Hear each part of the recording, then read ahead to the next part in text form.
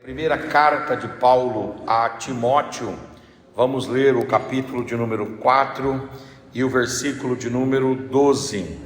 Diz assim: ninguém despreze a tua mocidade, mas seja exemplo dos fiéis, na palavra, no trato, no amor, no espírito, na fé e na pureza.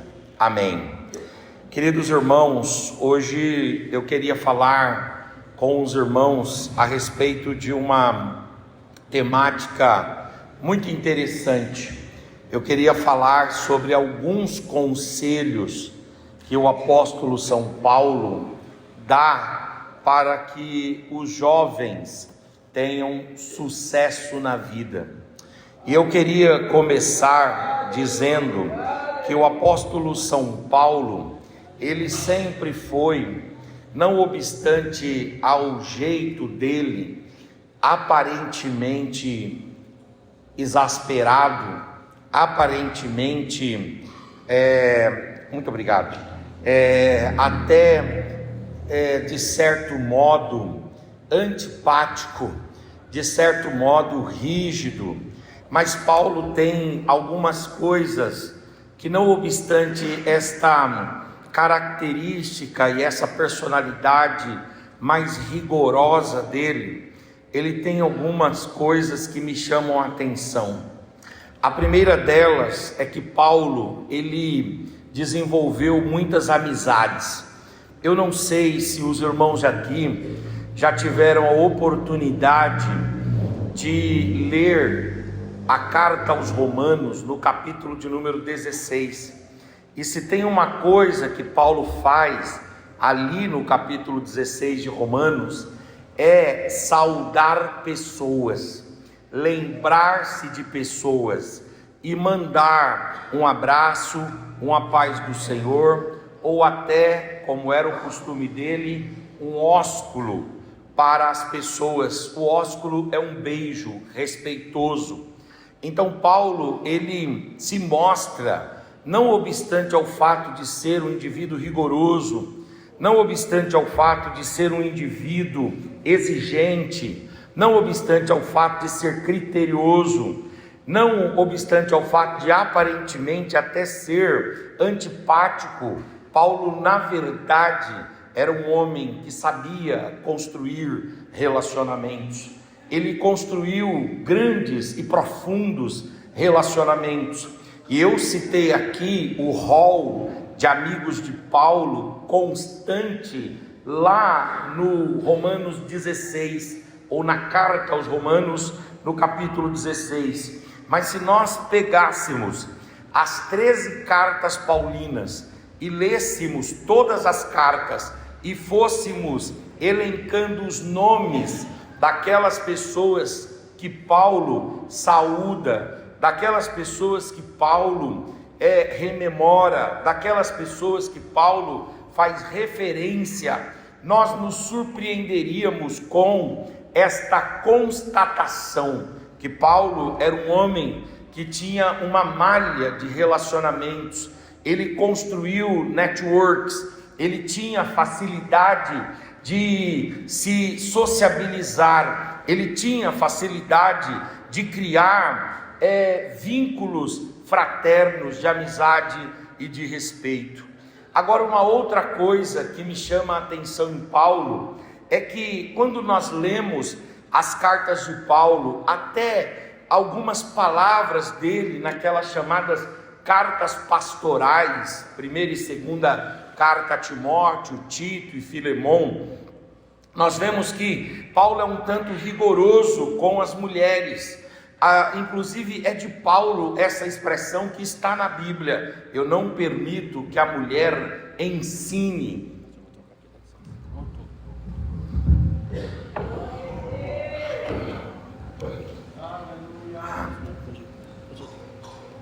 Pronto. Esse jeito belemita, né? Só fala se for no pedestal, né? Se tirar o pedestal do belemita, tirou metade do sermão dele. Metade do sermão já foi embora. Mas vamos lá. Então, uma outra coisa que Paulo, ele me chama a atenção, além dele criar vínculos, é que o apóstolo Paulo, apesar dele ser aparentemente rigoroso com as mulheres, e quando a gente lê as cartas pastorais, 1ª e 2ª Timóteo, Tito e Filemon, nós vemos que Paulo, ele fala com a mulher como se ele quisesse colocar a mulher em um lugar, como se aquele fosse o único lugar da mulher. E aí então dá até uma certa angústia ao ler isso perto do contexto atual e da forma como a mulher de fato deve ser tratada. Dá a impressão de que Paulo ele era um indivíduo duro demais com as mulheres. Mas pasmem os irmãos, o indivíduo nas escrituras sagradas, depois de Jesus, que mais deu espaço para as mulheres trabalharem, foi o apóstolo Paulo. O indivíduo nas escrituras sagradas que mais exaltou mulheres foi o apóstolo São Paulo. Eu vou citar aqui para os irmãos, por exemplo, a irmã Priscila. Priscila foi discipulada por Paulo, Priscila foi treinada por Paulo, e Priscila ficou junto com o seu esposo, o Áquila. Ela ficou responsável pela igreja de Corinto. Depois Paulo os enviou para a igreja de Éfeso, e tem hora nas cartas que Paulo não coloca Áquila e depois Priscila, ele coloca Priscila e depois Áquila, demonstrando que ele olha para ela como uma liderança, ele olha para ela como aquela que toma a frente, como aquela que toma as rédeas. Ele lembra de Priscila de forma muito carinhosa, ele até aplica a ela um apelido que aparece nas escrituras, que é o diminutivo de Priscila, que é Prisca. Então Paulo vai chamar Priscila de Prisca, no sentido de um terno afeto que ele nutria por ela, de amizade, de carinho, de respeito ministerial. Por exemplo, quando Paulo escreve, eu volto de novo a Romanos 16, a carta aos Romanos, capítulo 16, Paulo vai falar que os irmãos deveriam receber a Febe, e ele vai e dá as adjetivações de Febe. Ele diz que ela recebia a igreja em sua casa, ele diz que ela servia os cristãos, e ele diz também que ela era uma serva de Deus digna. Inclusive é através desse texto de Romanos 16, quando Paulo fala a respeito de Febe, que gera para nós assembleanos, obreiros, defensores de uma doutrina e de uma teologia um tanto conservadora e ortodoxa, a ideia de combatermos a expressão grega que está lá no texto, que é a expressão diaconai, ou seja, do mesmo jeito que Paulo emprega para o homem o nome, o título, a função, as atividades próprias do diaconai, quer dizer, do mesmo jeito que homens são diáconos, ele chama a Febe de diaconai, ele aplica a mesma expressão. Quer dizer que aparentemente Paulo entendia que o diácono poderia ser um homem e o diácono poderia ser uma mulher. Isso já foi pauta de discussão em muitas convenções e muitos encontros da igreja, e por uma posição mais conservadora e uma interpretação mais sistemática das escrituras, então não se reconhece, pelo menos lá no ministério do Belém ainda, a mulher como diaconisa. Nesse momento não se reconhece. Não sei se vai mudar isso com os anos, nós não sabemos de nada o que a gente pode falar a respeito disso hoje, mas é interessante que Paulo, aparentemente, ele é duro com as mulheres, ele cerceia as mulheres, ele limita o alcance delas, mas por outro lado, nós o vemos dando espaço, nós o vemos reconhecendo, nós o vemos trabalhando com as mulheres. Da mesma forma que me chama a atenção que Paulo, apesar de ser rígido, apesar de ter uma personalidade mais rigorosa, era um indivíduo extremamente afável, a ponto de criar uma malha de amigos que ele sabia referendar o nome, a informação da família, a condição espiritual que aquele amigo estava. Apesar disso, ou melhor, além disso, o apóstolo Paulo também era rigoroso com as mulheres, mas ele dava espaço. E aí, outra coisa que me chama a atenção, além dessas duas primeiras que eu elenquei, é que Paulo tinha um olhar especial, um olhar mais vagaroso, um olhar mais paciente para os jovens. Paulo, ele se tornou um grande investidor na juventude. Eu separei aqui para os irmãos algumas das juventudes, ou alguns membros da juventude da época, que Paulo ganhou para Jesus, Paulo discipulou, Paulo treinou no ministério e Paulo colocou em posições estratégicas. Paulo, ele olhava para os jovens, não como alguém que deveria primeiro evoluir, amadurecer completamente para começar a trabalhar. Esta não era a estratégia paulina. A estratégia paulina era: eu devo ganhar para Jesus, eu devo discipular em Jesus, eu devo treinar no ministério e eu devo colocar para assumir responsabilidades. Por quê? Porque enquanto estiver assumindo responsabilidades, o próprio ministério, a própria atividade, a própria função, o próprio exercício, a própria vocação, a própria unção, a própria chamada, na caminhada, esse jovem vai ser treinado. Por exemplo, Paulo vai fazer isso com Timóteo. Ele vai chamar Timóteo de o seu amado filho na fé. E é interessante que ele vai conhecer Timóteo lá em Atos capítulo 16, dos versículos 1 a 3, e ele vai conhecer o Timóteo, ele vai ganhar Timóteo para Jesus, ele vai discipular o Timóteo.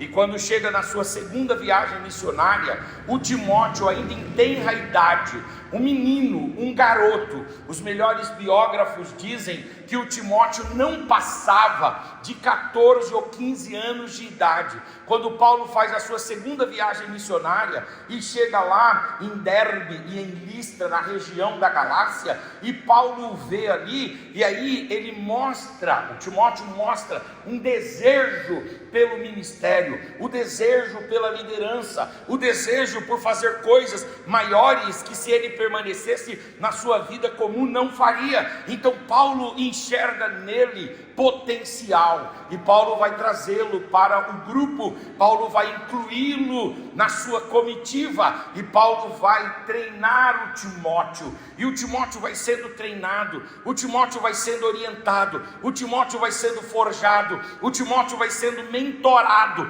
até que ele está pronto na visão de Paulo, não pronto completamente, não pronto no sentido acabado. Ele não é um obreiro perfeito, ele não é um líder completo, mas ele é um indivíduo que tem as saídas, ele tem os arranques para o ministério. E aí Paulo então vai empossá-lo lá na igreja de Éfeso e vai trazer para Timóteo uma carta, a carta a Timóteo, a primeira, vai trazer para Timóteo a segunda carta a Timóteo, a pastoral, vai trazer para Timóteo a carta aos Efésios, porque a carta aos Efésios é escrita por Paulo para a igreja de Éfeso. Quem é pastor de Éfeso? O Timóteo, e Timóteo vai receber a carta de João, ou seja, que é a carta para os Efésios, das 7 cartas da igreja do Apocalipse, ou das igrejas do Apocalipse. O que quer dizer isso? Quer dizer que Efésios recebe 4 cartas, isso quer dizer que todos eles estão formando, forjando, lapidando e investindo no ministério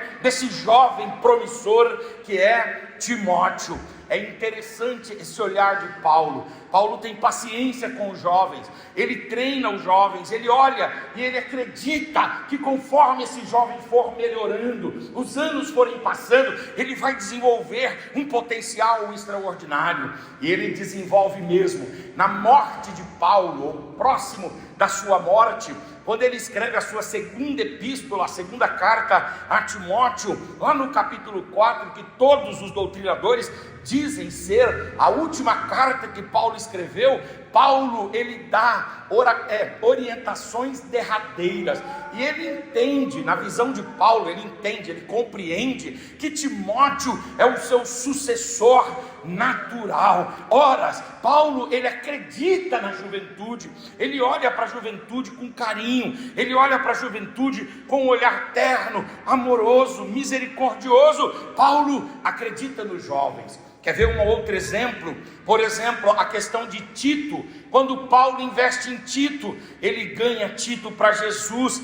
Quando cita lá em 2 Coríntios capítulo 8, 23, ele vai chamar Tito de meu filho. Ele vai dizer que Tito é o meu verdadeiro filho na fé. E mais do que isso, ele vai dizer: Tito se tornou o meu companheiro, Tito se tornou o meu cooperador. Veja o processo evolutivo. Paulo identificou Tito, ganhou ele para Jesus. Depois de ganhar ele para Jesus, Paulo o identificou como discípulo de Cristo, como cooperador, como companheiro, até que em Tito capítulo 1, do 1 ao 4, Paulo vai escrever a Tito dizendo: olha, eu te deixei em Creta.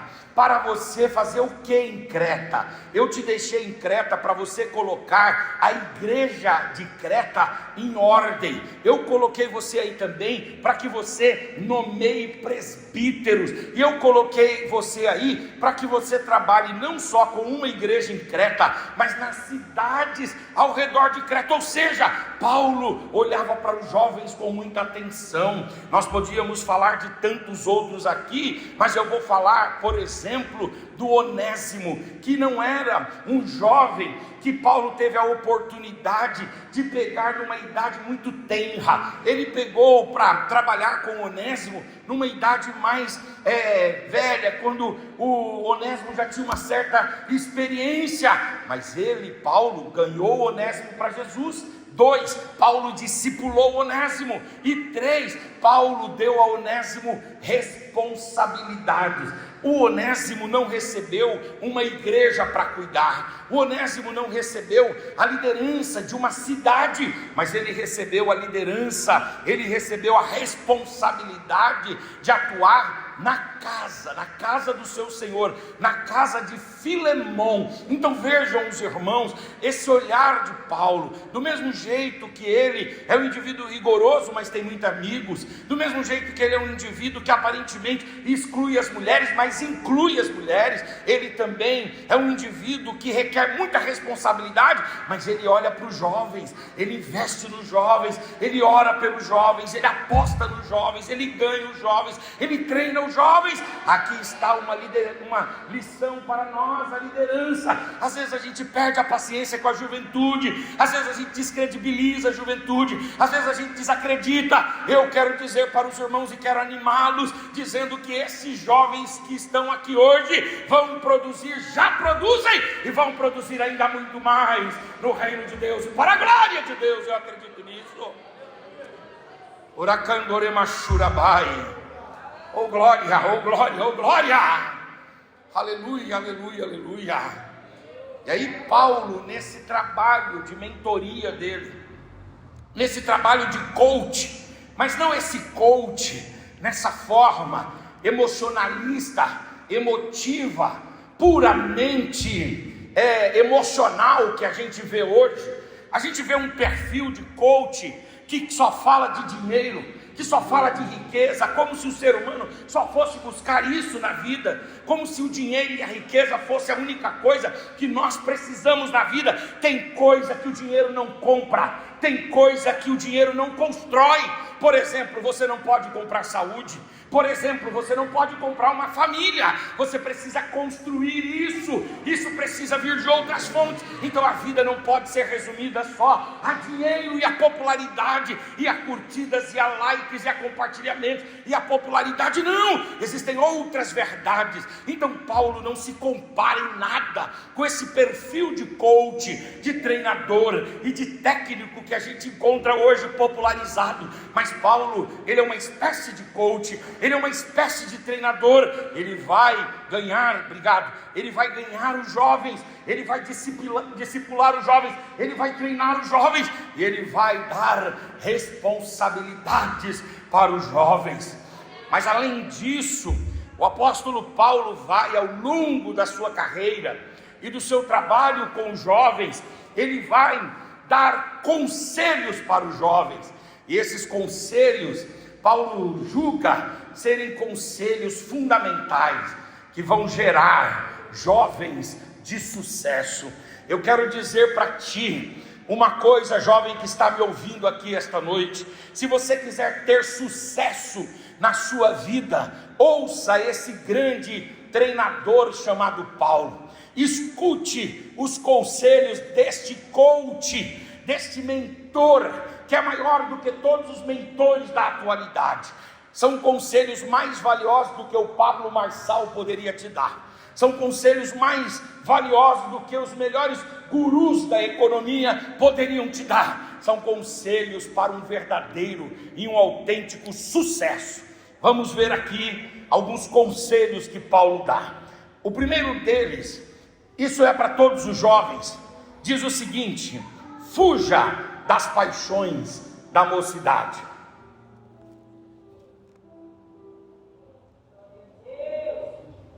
Fuja das paixões da mocidade. Olha o que diz 2 Timóteo, capítulo 2, versículo de número 22. Foge também, Timóteo, das paixões da mocidade, e segue a justiça, a fé, o amor. Siga a paz com os que de coração puro invocam o Senhor.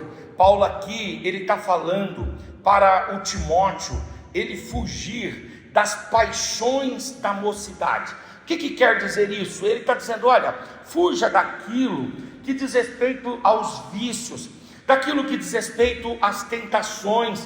Fuja daquilo que diz respeito a algo que vai consumir o seu corpo, algo que vai consumir sua capacidade intelectual, algo que vai afetar suas emoções. Fuja destas coisas, não dê lugar para estas coisas. Por quê? Porque se você quiser ter sucesso, você tem que estar com o corpo bem treinado, você tem que estar com a mente bem preparada, você precisa estar com as emoções fortalecidas, você tem que estar com o seu espírito pronto. Por isso, vai aí um primeiro conselho: fuja das paixões e das tentações da mocidade. Agora o Brasil contratou o técnico, né? Nós estamos contratando o Carlo Ancelotti para treinar a seleção brasileira. E ele é um técnico vencedor, e por isso que ele veio treinar o Brasil. E é interessante que ele é muito rigoroso com os seus jogadores, aqueles que ele está treinando. E uma coisa que eu li sobre o Carlos Ancelotti que me chamou a atenção é que ele é rigoroso no horário do jogador ir para a cama e dormir. Ora, como é que um jogador que ganha milhões tem alguém mandando no horário que ele vai dormir? A Mônica lá em casa, nós temos 2 filhos, e ela sempre fez isso. Agora não mais, porque os meninos estão grandes. A Mônica está com 21, o Eduardo está com 19. Mas é engraçado que a Mônica falava: é hora de dormir. Aí como que era esse negócio? Ela apagava as luzes, colocava na cama e eles dormiam. E aí quando acordavam 5 horas da manhã para ir para a escola, estavam bem. O jogador que é treinado pelo Carlos Ancelotti, se ele quiser jogar no time dele, ele tem que dormir cedo. Ah, mas e as farras? As farras vão acabar com o seu corpo. Mas e as bebidas vão acabar com a sua mente? E os conflitos emocionais vão acabar com as suas emoções?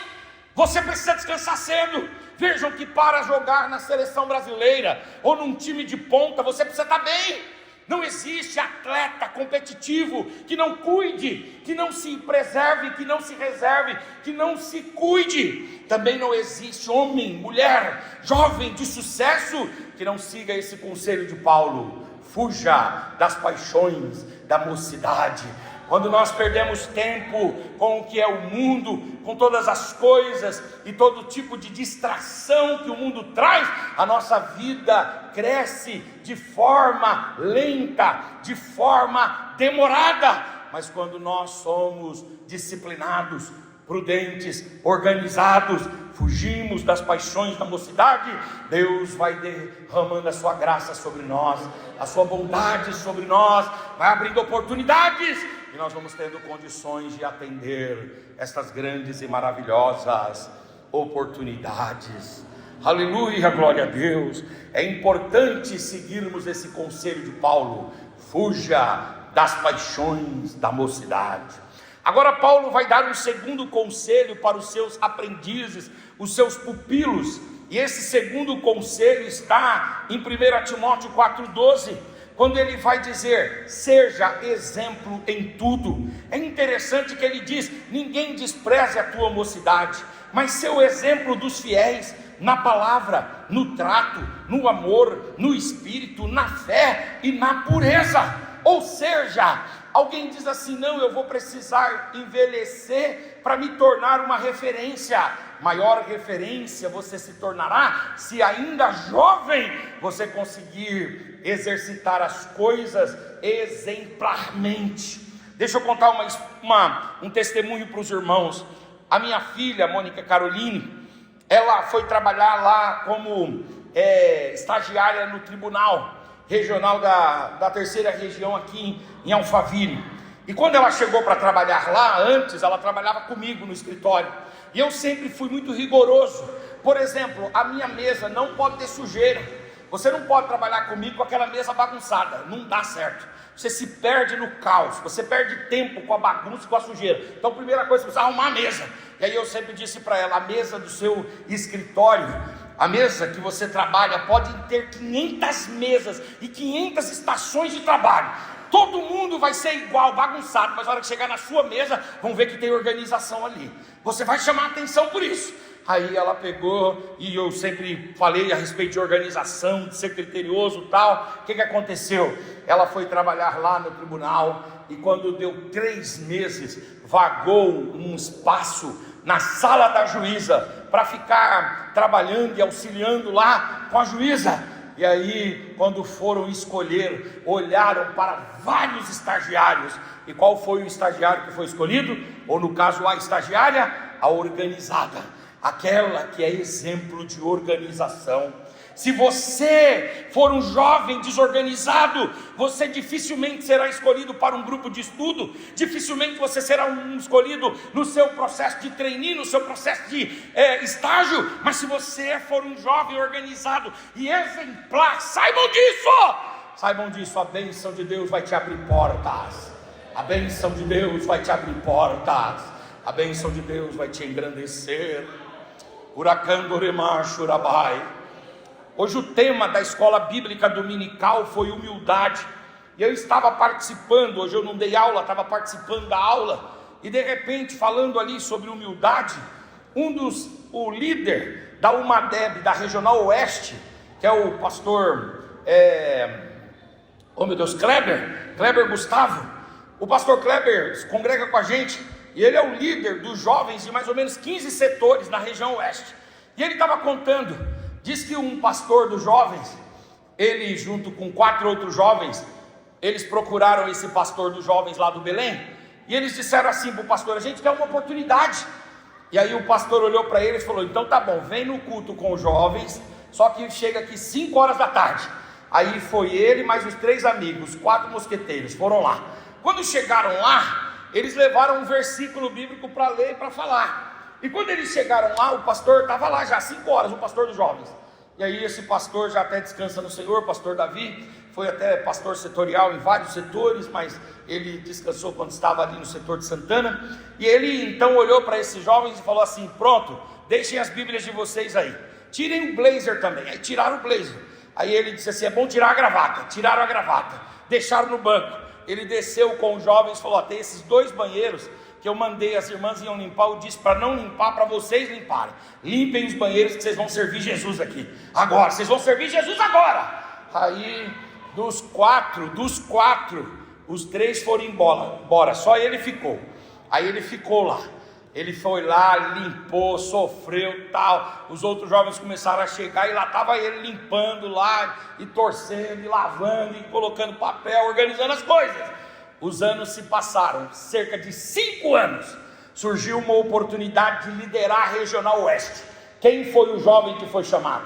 Os 4 foram chamados na reunião, mas quem foi escolhido? Aquele que trabalhou e que foi exemplo. Não existe esse negócio de crescimento sem ser exemplo. É por isso que Paulo diz, mesmo na mais tenra idade, mesmo na sua jovialidade, mesmo enquanto a sua vida, aleluia, está no florescer, vai procurando ser diligente e ter exemplo. Por quê? Porque na hora da exaltação, Deus vai chamar você. Na hora da coroação, Deus vai chamar você. Aleluia. Oh glória, eu estou sentindo a presença de Deus aqui. Deus está falando conosco aqui. Aleluia, glória a Deus. Uma outra forma de Paulo aconselhar os jovens é aquilo que está em 1 Timóteo capítulo 4, versículo 13. Quando Paulo diz: Timóteo, invista em conhecimento, invista na palavra, mas invista em conhecimento. Olha o que diz 1 Timóteo 4,13: persiste em ler, exorta, ensine até que eu vá. Olha que Paulo começa dizendo para ele: persiste em ler. Vamos dizer essa expressão no 3, todos juntos: 1, 2, 3, persiste em ler. Vamos de novo: 1, 2, 3, persiste em ler. Aleluia, glória a Deus. Paulo está dizendo: Timóteo, eu vou demorar, Timóteo, mas para você não cair na obsolescência, para você não se tornar um jovem retrógrado, um jovem que não tenha diálogo, que não saiba travar grandes debates, que não consiga conversar sobre as coisas, insiste em ler. E quando você estiver lendo, Deus vai abrir a tua mente. Quando você estiver estudando, Deus vai abrir a tua mente, e as oportunidades chegarão para você. Persiste em ler, persiste em se preparar, persiste em se aperfeiçoar. Oh glória, oh glória, oh glória, oh glória. Eu louvo a Deus porque a nossa juventude mudou o perfil dela. Antigamente era um perfil, aleluia, de pessoa que não queria estudar, que era desanimada com o estudo. Eu lembro até que na escola, quando um jovem na igreja, ele dizia que ele estava fazendo teologia, ele até sofria preconceito. Diziam que ele ia ficar frio, diziam que a letra mata, diziam que ele ia morrer espiritualmente. Hoje não, hoje graças a Deus as igrejas têm seminários, os pastores dão um caldo mais grosso no culto de ensino. É uma delícia isso. Aleluia, os jovens eles vão para a faculdade, vão para os cursos técnicos, e o conselho de Paulo para todos quer ter sucesso, persiste em ler, persiste em ler e persiste em ler. Eu não sei se o pastor Wesley já trouxe o Hélio Clabono aqui. Uma hora vai trazer um pastor, se der, o pastor Joel permitir, que é um amigo nosso, que é o pastor Hélio Clabono Júnior. O Hélio, ele é irmão da Suzy, e a Suzy é casada com o pastor Deiró de Andrade, o Deirozinho, pastor da AD São Mateus. E o pastor Hélio, hoje ele deve ter uns 15 livros escritos já. Atualmente o pastor Hélio, ele é professor de grandes seminários no Brasil, e ele é uma mente fora de série. Ele trabalha para a editora Ragnos, traduzindo materiais densos de teologia. Ele trabalha para a editora Vida Nova. Ele é uma mente diferente. Aí ele conta que quando ele estava na juventude, aqui no campo de Carapicuíba, no Madureira, ele ali servindo a Deus, um dia terminou o culto com os jovens, e ele estava assim perto dos instrumentos, perto da bateria na verdade, e ele falou que de repente um irmão, no final do culto já, se levantou do seu lugar e veio marchando na direção dele. Chegou assim perto dele, olhou para ele, ele ficou todo assustado. O irmão olhou para ele, ele achou que o irmão ia dar uma revelação assim de outro mundo. O irmão deu mesmo uma revelação de outro mundo. Sabe qual foi? Leia, leia e leia. Virou e foi embora. Leia, leia e leia. Tem hora que dá vontade de falar assim: leia, rapaz, leia. Leia até quando? Leia até você entender, leia até você aprender, leia até que a sua mente se abra, leia, e você vai ver a bênção de Deus se estabelecer na sua vida. Oh glória, oh glória, oh glória, oh glória. Deus quer que nós tenhamos jovens bem formados, e para isso é importante ler, ler e ler. Eu não tive a oportunidade de fazer o ensino regular, eu não pude ir para a escola. Quando eu casei, eu tinha 18 anos, na verdade 19 anos. E desde quando eu entendi por gente, até 19 anos, eu tinha morado em 24 casas já diferentes. Então o meu pai não ficava num lugar só, eu não podia estudar. Além disso, eu também tinha preguiça de estudar. Aí, quando eu me casei com uma professora, ela muito animada, disse: você precisa voltar para a escola. E aí eu trabalhava pregando e vendendo livros. Sabe onde é que eu colocava os livros que eu vendia nas igrejas? Eu colocava numa caixinha que era a cesta básica. Eu tirava os itens da cesta básica, colocava naquela caixinha. Colocava aquela caixa em cima de um carrinho de feira. E no final dos cultos eu vendia aqueles livros. E um dia eu fui pregar em Ferrazópolis. E eu fui de trem. Na volta eu parei na Barra Funda. E lá na Barra Funda eu perdi o último trem aqui para a nossa região. Cheguei muito tarde. Eu desci, fiquei na rodoviária, sentei sobre a caixinha de livro, né? Sentei sobre a caixinha de livro, porque eu estava com medo de alguém tomar meus livros, vejam só, né? E aí eu estou lá sentado, de repente aconteceu um fato interessante. Eu preocupado em não dormir para ninguém tomar meus livros. E aí eu fiquei ali, daqui a pouco me veio uma voz no coração dizendo: aproveite e lê esses livros, rapaz. Não perde seu tempo não, você vai ficar aqui protegendo os livros, vigiando os livros, pastorando os livros, leia os livros. Eu abri a caixinha e eu comecei a ler os livros, e eu desenvolvi gosto pela leitura, eu me tornei um autodidata.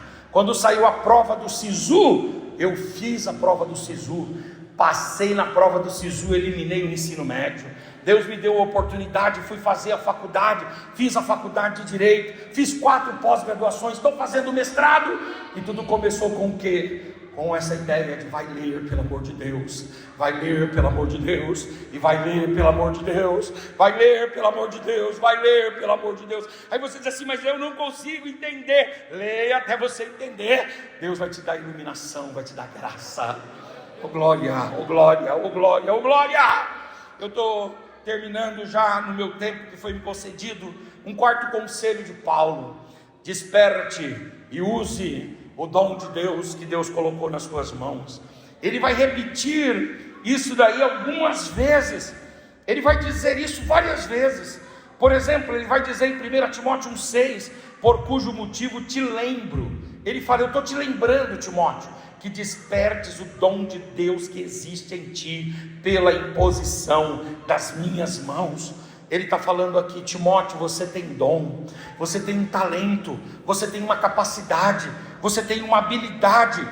E é claro que você tem uma habilidade natural, mas você também tem habilidades que Deus te deu, e estas habilidades precisam ser desenvolvidas, precisam ser treinadas, precisam ser exercitadas. Aleluia, glória a Deus. O Rogério Ceni, goleiro do São Paulo, ele se tornou o goleiro que mais gols fez, porque não é um ofício do goleiro fazer gol, o goleiro tem que defender o gol, mas ele se tornou o goleiro goleador, o goleiro artilheiro. Ele entrou para o Guinness com o goleiro que mais fez gols. Um dia perguntaram para ele, disseram: Rogério, qual é a razão do seu sucesso? Aí a razão do sucesso dele, na opinião dele, foi a seguinte: ele disse: quanto mais eu treino, mais sorte eu tenho. Quanto mais eu treino, mais sorte eu tenho.